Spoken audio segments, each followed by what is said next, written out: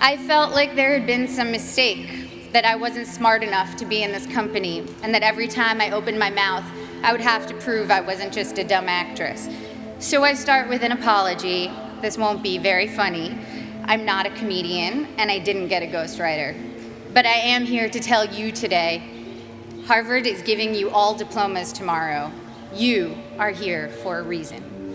Sometimes your insecurities and your inexperience may lead you to embrace other people's expectations, standards, or values. But you can harness that inexperience to carve out your own path, one that is free of the burden of knowing how things are supposed to be, a path that is defined by its own particular set of reasons.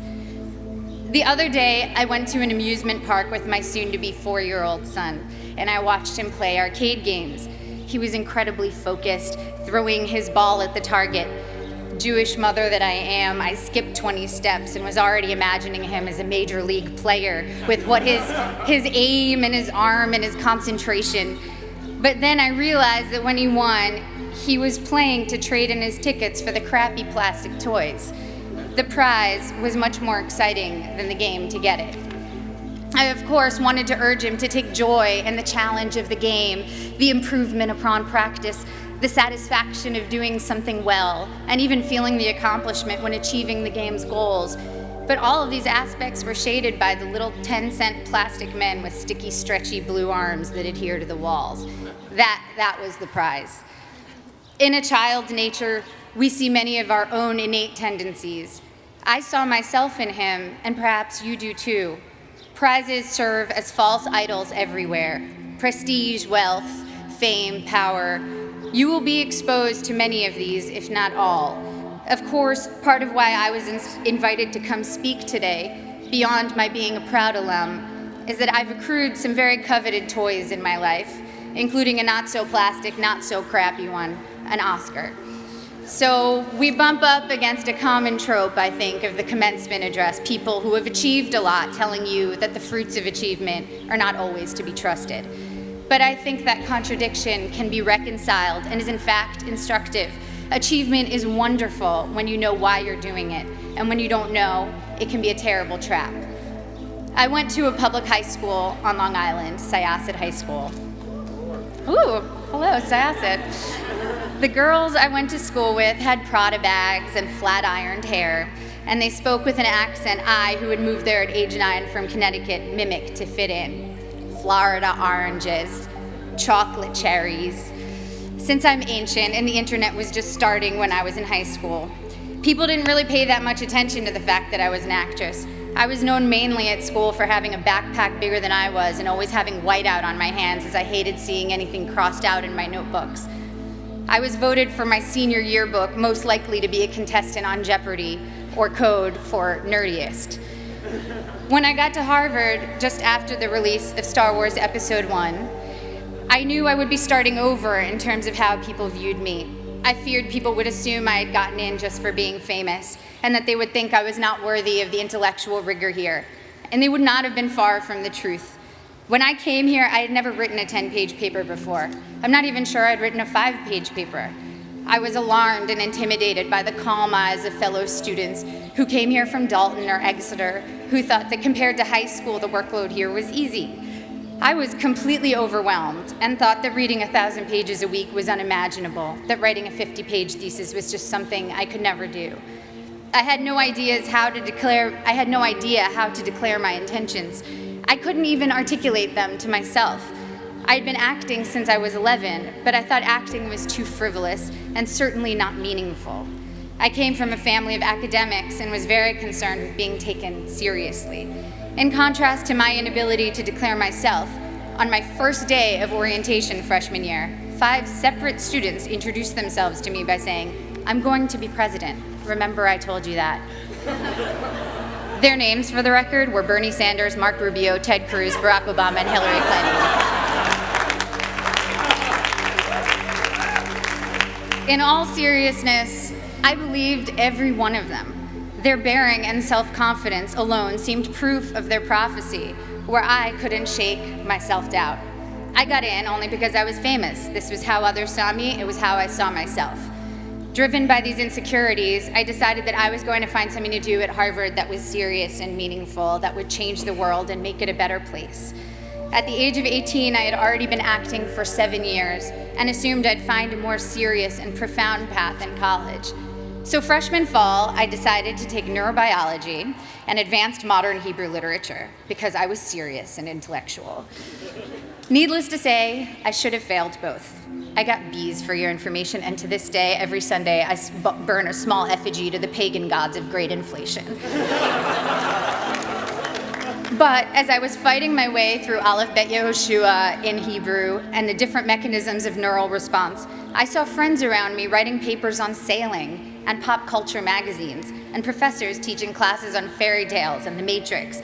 I realized that seriousness for seriousness' sake was its own kind of trophy, and a dubious one, a pose I sought to counter some half-imagined argument about who I was.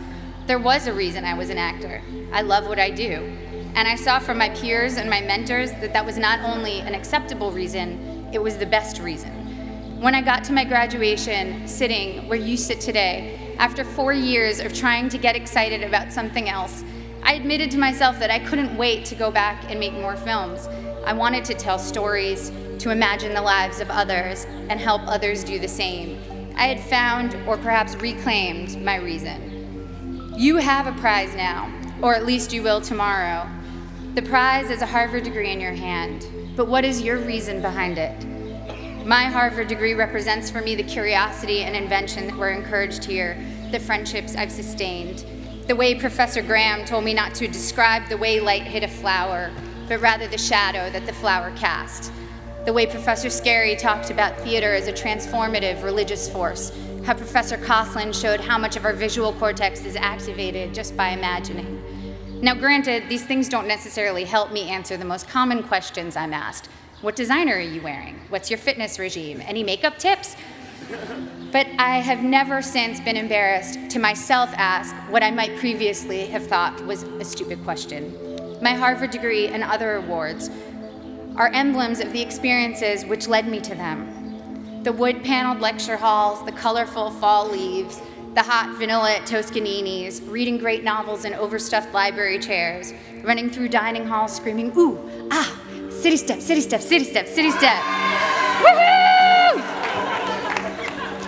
It's easy now to romanticize my time here, but I had some very difficult times here too. Some combination of being 19, dealing with my first heartbreak, taking birth control pills that have since been taken off the market for their depressive side effects, and spending too much time missing daylight during winter months led me to some pretty dark moments, particularly during sophomore year. There were several occasions I started crying in meetings with professors, overwhelmed with what I was supposed to pull off when I could barely get myself out of bed in the morning. Moments when I took on the motto for my schoolwork, done, not good. If only I could finish my work, even if it took eating a jumbo pack of Sour Patch Kids to get me through a single 10-page paper. I felt that I had accomplished a great feat. I'd repeat to myself, done, not good. A couple of years ago, I went to Tokyo with my husband, and I ate at the most remarkable sushi restaurant. I don't even eat fish, I'm vegan, so that tells you how good it was. Even with just vegetables, this sushi was the stuff you dream about. The restaurant had 6 seats. My husband and I marveled at how anyone could make rice so superior to all other rice. We wondered why they didn't make a bigger restaurant and be the most popular place in town. Our local friends explained to us that all the best restaurants in Tokyo are that small and do only one type of dish, sushi or tempura or teriyaki, because they want to do that thing well and beautifully. And it's not about quantity, it's about taking pleasure in the perfection and beauty of the particular.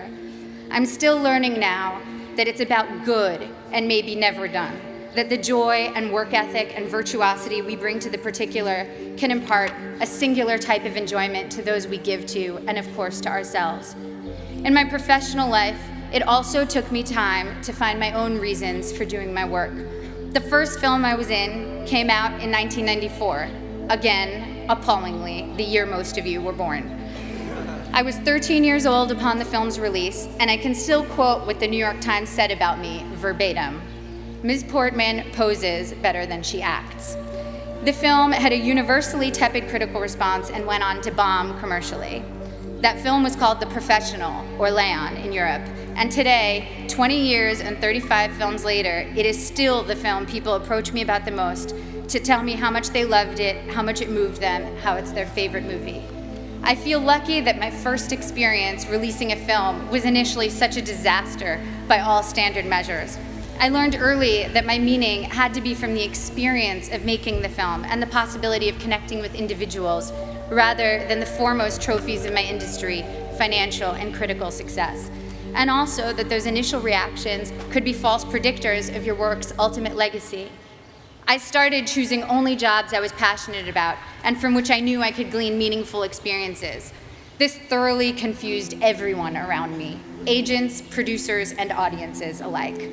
I made Goya's Ghosts, a foreign independent film, and studied art history, visiting the Prado every day for 4 months as I read about Goya and the Spanish Inquisition. I made V for Vendetta, a studio action movie for which I learned everything I could about freedom fighters who in other eyes might be called terrorists, from Menachem Begin to the Weather Underground. I made Your Highness, a pothead comedy with Danny McBride, and laughed for 3 months straight. I was able to own my meaning and not have it be determined by box office receipts or prestige. By the time I got to making Black Swan, the experience was entirely my own. I felt immune to the worst things anyone could say or write about me, and to whether an audience felt like going to see my movie or not. It was instructive for me to see that for ballet dancers, once your technique gets to a certain level, the only thing that separates you from others is your quirks, or even flaws. One ballerina was famous for how she turned slightly off balance. You can never be the best technically. Someone will always have a higher jump or a more beautiful line. The only thing you can be the best at is developing your own self. Authoring your own experience was very much what Black Swan itself was about. I worked with Darren Aronofsky, the film's director, to change my last line in the movie to, "It was perfect," because my character Nina is only artistically successful when she finds perfection and pleasure for herself, not when she's trying to be perfect in the eyes of others. So when Black Swan was successful financially and I began receiving accolades, I felt honored and grateful to have connected with people. But the true core of my meaning I had already established, and I needed it to be independent of people's reactions to me. People told me that Black Swan was an artistic risk, a scary challenge to try to portray a professional ballet dancer. But it didn't feel like courage or daring that drew me to it. I was so oblivious to my own limits that I did things I was woefully unprepared to do. And so the very inexperience that in college had made me feel insecure and made me want to play by others' rules now was making me actually take risks I didn't even realize were risks. When Darren asked me if I could do ballet, I told him that I was basically a ballerina, which, by the way, I wholeheartedly believed. When it quickly became clear in preparing for the film that I was maybe 15 years away from being a ballerina, it made me work a million times harder, and of course, the magic of cinema and body doubles helped the final effect. But the point is, if I had known my own limitations, I never would have taken the risk. And the risk led to one of my greatest artistic and personal experiences, in that I not only felt completely free, I also met my husband during filming. Similarly, I just directed my first film, A Tale of Love and Darkness, and was quite blind to the challenges ahead of me. The film is a period film, completely in Hebrew, in which I also act, with an 8-year-old child as a co-star. All of these are challenges I should have been terrified of, as I was completely unprepared for them. But my complete ignorance as to my own limitations looked like confidence and got me into the director's chair. Once there, I had to figure it all out, and my belief that I could handle these things, contrary to all evidence of my ability to do so, was half the battle. The other half was very hard work. The experience was the deepest and most meaningful one of my career. Now, clearly, I'm not urging you to go perform heart surgery without the knowledge to do so. Making movies, admittedly, has less drastic consequences than most professions and allows for a lot of effects that make up for mistakes. The thing I'm saying is, make use of the fact that you don't doubt yourself too much right now. As we get older, we get more realistic, and that includes about our own abilities or lack thereof. And that realism does us no favors. People always talk about diving into things you're afraid of. That never worked for me. If I'm afraid, I run away, and I would probably urge my child to do the same. Fear protects us in many ways. What has served me is diving into my own obliviousness, being more confident than I should be, which everyone tends to decry in American kids, and those of us who have been grade inflated and ego inflated. Well, it can be a good thing if it makes you try things you never might have tried. Your inexperience is an asset and will allow you to think in original, unconventional ways. Accept your lack of knowledge and use it as your asset. I know a famous violinist who told me that he can't compose because he knows too many pieces, so when he starts thinking of a note, an existing piece immediately comes to mind. Just starting out, one of your biggest strengths is not knowing how things are supposed to be. You can compose freely because your mind isn't cluttered with too many pieces, and you don't take for granted the way things are. The only way you know how to do things is your own way. You here will all go on to achieve great things. There is no doubt about that. Each time you set out to do something new, your inexperience can either lead you down a path where you will conform to someone else's values, or you can forge your own path, even if you don't realize that's what you're doing. If your reasons are your own, your path, even if it's a strange and clumsy path, will be wholly yours, and you will control the rewards of what you do by making your internal life fulfilling. At the risk of sounding like a Miss America contestant, the most fulfilling things I've experienced have truly been the human interactions. Spending time with women in village banks in Mexico with Finca, a microfinance organization, meeting young women who were the first and only in their communities to attend secondary school in rural Kenya with Free the Children, a group that built sustainable schools in developing countries, trekking with guerrilla conservationists in Rwanda. It's a cliche because it's true, that helping others ends up helping you more than anyone. Getting out of your own concerns and caring about someone else's life for a while reminds you that you are not the center of the universe, and that in the ways we are generous or not, we can change the course of someone's life. Even at work, the small feats of kindness crew members, directors, fellow actors have shown me have had the most lasting impact. And of course, first and foremost, the center of my world is the love I share with my family and friends. I wish for you that your friends will be with you through it all, as my friends from Harvard have been together since we graduated. My friends from school are still very close. We have nursed each other through heartaches and danced at each other's weddings. We've held each other at funerals and rocked each other's new babies. We've worked together on projects, helped each other get jobs, and thrown parties for when we've quit bad ones. And now our children are creating a second generation of friendship as we look at them toddling together, haggard and disheveled working parents that we are. Grab the good people around you, don't let them go. The biggest asset this school offers you is a group of peers that will be both your family and your school for life. I remember always being pissed at the spring here in Cambridge, tricking us into remembering a sunny yard full of laughing frisbee throwers after 8 months of dark, frigid library dwelling. It was like the school had managed to turn on the good weather as a last memory we should keep in mind that would make us want to come back. But as I get farther away from my years here, I know that the power of this school is much deeper than weather control. It changed the very questions I was asking. To quote one of my favorite thinkers, Abraham Joshua Heschel, "To be or not to be is not the question. The vital question is how to be and how not to be." Thank you. I can't wait to see how you do all the beautiful things you will do.